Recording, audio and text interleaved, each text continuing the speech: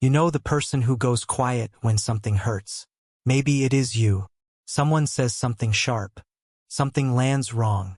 A conversation shifts. A small wound opens where nobody else can see it. And then your face changes just a little. Your voice disappears. You say, "I'm fine." But what you really mean is, "Please don't come closer right now. I don't know how to let this out without falling apart." People often misunderstand that kind of silence. They call it cold. They call it distant. They call it shutting down, being dramatic, being difficult, being impossible to read. But silence is not always distance. Sometimes silence is the last shelter a person knows how to build when something inside them has been hit too hard. If you are someone who goes quiet when you are hurt, I want you to stay here for a moment. Not because there is something wrong with you, because there may be something deeply intelligent happening inside you that no one ever helped you name. The world loves people who can explain their pain immediately. People who can say, clearly and calmly, "This hurt me because..." People who can turn heartbreak into a complete sentence on command. But not everyone works that way. Some people do not speak when they are hurt because the hurt arrives before the words do. And by the time someone asks, "What's wrong?" the answer is already too heavy to lift. Here is the thing most people get wrong about your silence. They think you chose it. They imagine you sitting there, calculating, deciding to punish someone, deciding to shut them out, deciding to make the room uncomfortable, as if silence is always a weapon. But when you are really hurt, that is not what it feels like, is it? It feels more like something closes, quietly, almost without asking you. Your chest tightens. Your throat gets crowded. Your thoughts scatter. You can feel everything, but you cannot arrange it into language fast enough. The words are somewhere inside you, but they are behind glass. And everyone keeps saying, "Just talk to me." As if the door is unlocked. It is not. Not in that moment. That is not you being stubborn. That is your nervous system trying to protect you. There is a response the body has when stress becomes too much. Most people know about fight or flight. You either push back or you run. But there is another response. Freeze. It is just as real, just as ancient, just as wired into the human body. Researchers like Dr. Peter Levine have spent years studying how the body responds to stress and overwhelm. And one of the clearest truths is this: when pain feels too big to process in real time, the body may slow everything down. Pulls the emergency brake. Not because you are weak, because some part of you believes that stillness is the safest thing available. And maybe at some point in your life it was, there is something else that matters here. When emotions flood the system, the parts of the brain involved in language can become less available. That means when someone is standing in front of you saying, "Use your words," your brain may be doing the exact opposite. It is not helping you speak. It is helping you survive the intensity of what you feel. So you stand there, full of things you cannot say. And from the outside, it looks like indifference. But inside, you are holding yourself together with both hands. That is the part people miss. You are not always shutting them out. Sometimes you are trying not to disappear into what you feel. There is a difference. A very big one. And this did not begin yesterday. You were not born emotionally silent. No one is. Babies cry without shame. Toddlers collapse in grocery store aisles like tiny poets of disaster. Children express pain with their whole bodies. They reach, scream, sob, ask, cling, protest. They do not wonder if their feelings are convenient. They do not apologize for needing comfort until life teaches them to. Somewhere along the way, something may have taught you that speaking your hurt out loud was not safe. Maybe you grew up in a home where emotion was treated like a problem to be managed quickly. You cried, and someone told you to stop being sensitive. You tried to explain yourself, and someone said you were overreacting. You were hurt, and instead of being comforted, you were corrected. Maybe you trusted someone with something fragile, and they laughed, or minimized it, or used it against you later.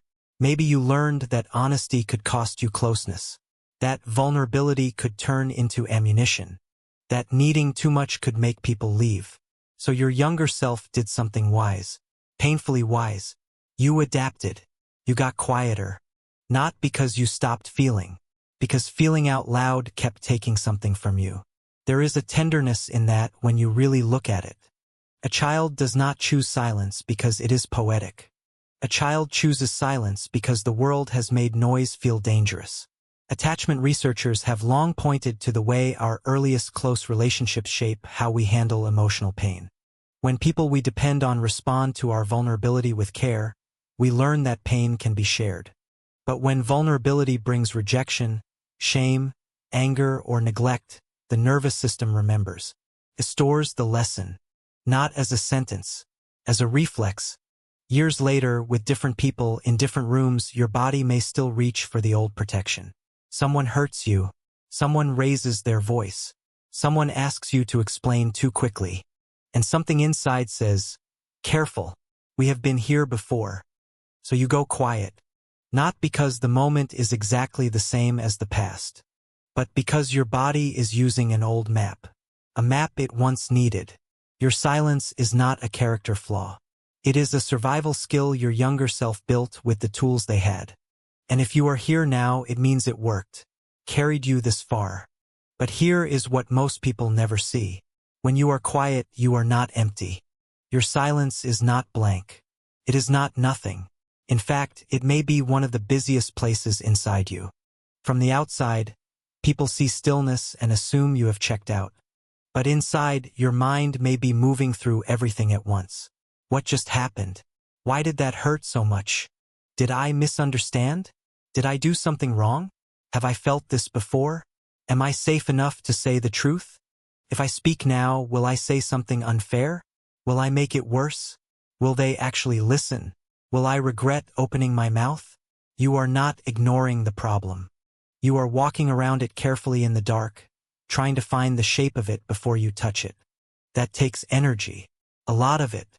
Some people process pain by speaking immediately. Their feelings become clear as they talk. You may be the opposite. You may need silence first.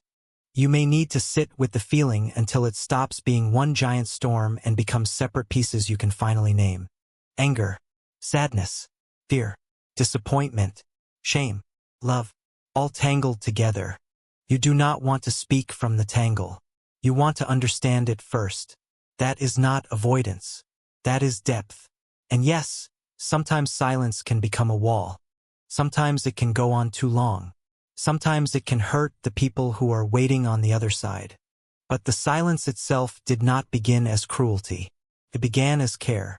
Sometimes even care for the person who hurt you. That is the strange part. A piece of your silence may be protecting the people you love. You know what lives inside you when pain is fresh. You know how sharp your words could become if you let them out too early. You know the sentence that would land like a knife. You know the accusation you could throw just to make them feel one fraction of what you are feeling. And because some part of you still loves them, you hold it back. You wait, not to punish, not to disappear, but because you are trying not to destroy something in a moment when you are not steady enough to speak cleanly. There is a concept in psychology called the window of tolerance. It is the emotional range where communication is actually possible. When you are inside that window, you can feel, think, listen, and respond. You can stay connected to yourself and to the other person. But when you are pushed outside it, everything changes. You may become flooded, or numb, or defensive, or silent. In that state, real conversation becomes almost impossible. Not because you do not care, because your system is too overwhelmed to process safely. You may have understood this long before you knew the words for it. That is why you wait. You are not always avoiding the conversation. You are waiting until you are able to have it without losing yourself in it. But here is the painful irony. The thing that would help you speak is usually the thing people refuse to give you. Space, gentleness, patience without pressure. Instead, they push. They follow you from room to room. They say, "You can't just shut down." They say, "This is unfair." They say, "Just tell me what's wrong." And every demand makes the door inside you close a little harder. Because now the hurt is no longer just about the original wound. Now you also have to defend the way you process it. Now you have to prove that your silence is not manipulation, that your pace matters, that your emotions do not become invalid just because they are not immediately available for someone else to inspect. And that can feel deeply lonely, because what you need is not someone who reads your mind. You are not asking for magic. You are asking for trust. For someone who can sit near your silence without treating it like abandonment. Someone who can say, "I'm here. Take your time." Someone who does not make your stillness all about their fear. Someone who understands that you may need to go inward before you can come back outward. And when that kind of safety is there, something softens. People who process inwardly often open up more when they do not feel forced to perform their feelings on someone else's timeline. Not because pressure finally broke them open, because safety invited them back. There is a difference. Pressure says, "Speak now so I can feel better." Safety says, "I will still be here when you find the words." One makes the body brace, the other lets it breathe. And maybe you know exactly what that feels like. Maybe there has been one person in your life who did not chase you into your silence. They did not demand. They did not accuse. They did not turn your quiet into a crime. They just stayed kind. And somehow, with them, the words came sooner. Not because they forced them out of you, because they made it safe enough for the words to arrive. That is what people often fail to understand. You are not impossible to reach. You are just careful about who gets access to the places that were once mishandled. And honestly, that makes sense. There is something else worth naming. When you finally speak, your words usually carry weight, because you have not thrown them out carelessly. You have turned them over in your mind. You have checked them against the truth. You have asked yourself if they are fair. You have tried to separate what happened from what it reminded you of. You have waited until the first wave passed so you would not confuse pain with certainty. So when you say, "That hurt me," it is not a performance. It is not a quick reaction. It is a conclusion. And that is rare. In a world where many people speak before they understand themselves, you may understand yourself painfully well before you speak at all. You do not always say a lot. But when you do, you tend to mean it. The people who truly know you know this. They know your words have gone through a long inner journey before arriving. They know you are not trying to win the argument. You are trying to tell the truth without burning the bridge.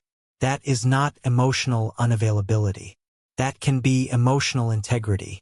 Quiet, careful, imperfect integrity. Of course, this does not mean silence should become your only home. A survival skill can save you once and limit you later. There may come a time when the silence that protected you also keeps you lonely. When the walls that helped you survive start blocking the very love you want to receive. That is not something to shame yourself for. It is something to notice gently. Healing does not mean forcing yourself to speak before you are ready. It does not mean becoming loud. It does not mean explaining your pain perfectly the moment it appears. Healing might begin much smaller than that. It might begin with saying, "I'm hurt, but I need time." Or, "I'm not ignoring you. I just can't talk clearly yet." Or, "Please don't pressure me. I will come back." Those are not small sentences. For someone who learned silence as protection, those sentences are doorways. They let someone know you are still there. They let your nervous system keep its space without making the other person guess whether they have lost you. That is growth. Not abandoning your silence. Learning how to place a small lamp inside it. Because your silence was never the enemy. It was the place you went when the world felt unsafe. And maybe, little by little, with the right people, you will not have to go so far away. Maybe one day you will feel the hurt rise and still stay in the room. Maybe your throat will tighten, but one sentence will make it through. Maybe you will learn that some people can hear your pain without punishing you for having it. Maybe your body will slowly update the old map. Not everyone is unsafe. Not every conflict is abandonment. Not every honest feeling will cost you love. That is healing. Not becoming someone else. Becoming safe enough to be more fully yourself. So if you go quiet when you are hurt, please hear this. You are not cold. You are not broken. You are not manipulative. You are not too much. You are not impossible. You are someone whose nervous system learned how to survive pain by becoming still. You are someone who may feel deeply, think carefully, and take longer to bring your inner world into words. You are someone who learned, perhaps too early, that silence could protect what speaking once put at risk. And that deserves compassion, not judgment. The wrong people may always misunderstand your quiet. They may call it distance because they cannot recognize depth. They may call it avoidance because they do not understand overwhelm. They may call it coldness because they only know how to measure love by noise. But the right people will learn. They will learn that your stillness is not always absence. Sometimes it is presence turned inward. Sometimes it is care moving slowly. Sometimes it is the heart taking off its armor one buckle at a time. And one day, maybe not all at once, maybe not perfectly, you may find yourself letting someone in before you have everything figured out. Not because your silence was wrong, but because you finally feel safe enough not to need it quite so much. That is not a flaw being fixed. That is a wound learning it no longer has to guard the door every second. That is your body discovering a new ending. That is healing. And if these words felt like someone finally named something you have been carrying for a long time, subscribe. I'll see you in the next one.